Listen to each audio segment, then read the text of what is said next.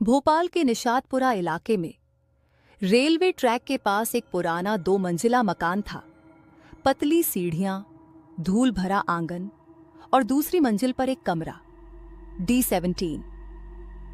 इस मकान को किराए पर देने वाला एक अधेड़ उम्र का आदमी था जो ज्यादा बात नहीं करता था। उसने सिर्फ एक बात बार बार दोहराई, कमरा बंद मत करना और आईने में देर तक मत देखना। यश मलिक, एक IT इंजीनियर, भोपाल में नया नया आया था। नौकरी शुरू हुई थी, बजट कम था। RS सवेत 100 में फर्निश्ड रूम मिलना किसी चमत्कार से कम नहीं था।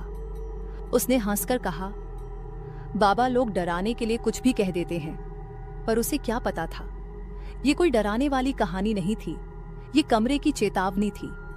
पहली रात सब ठीक था, लेकिन रात 303 पर उसकी आंख खुली अचानक, बिना वजह। कमरे में अजीब ठंड थी, जबकि पंखा बंद था। उसे महसूस हुआ जैसे कोई उसकी गर्दन के पीछे सांस ले रहा है।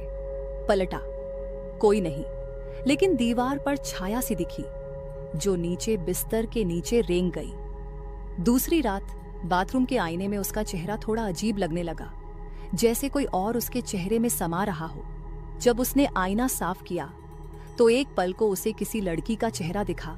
जले हुए बाल, गले में रस्सी और आंखें पूरी सफेद। पीछे पलटा, कोई नहीं था।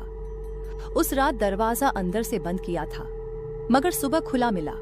उसने बाहर निकलने की कोशिश की, लेकिन गेट लॉक था और बाहर की खिड़की से जब उसने देखा तो नीचे की जमीन गायब थी।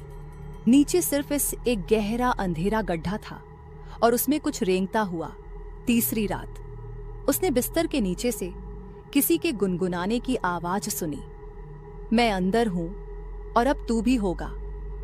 बिस्तर के नीचे देखा, एक लड़की बैठी थी, घुटनों में सिर दिए, गुनगुनाते हुए खून से लकीरें बना रही थी। दीवारों से आवाज आने लगी, जैसे कोई अंदर फंसा हो। क्यों आया? ये तेरा कमरा नहीं, तू मेरी जगह ले रहा है।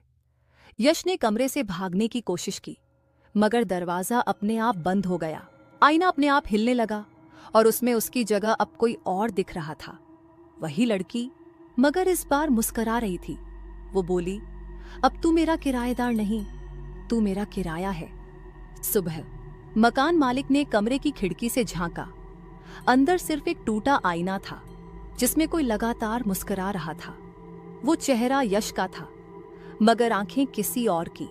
अंतिम सच, भोपाल के निशातपुरा में D17 नंबर का कमरा आज भी खाली है।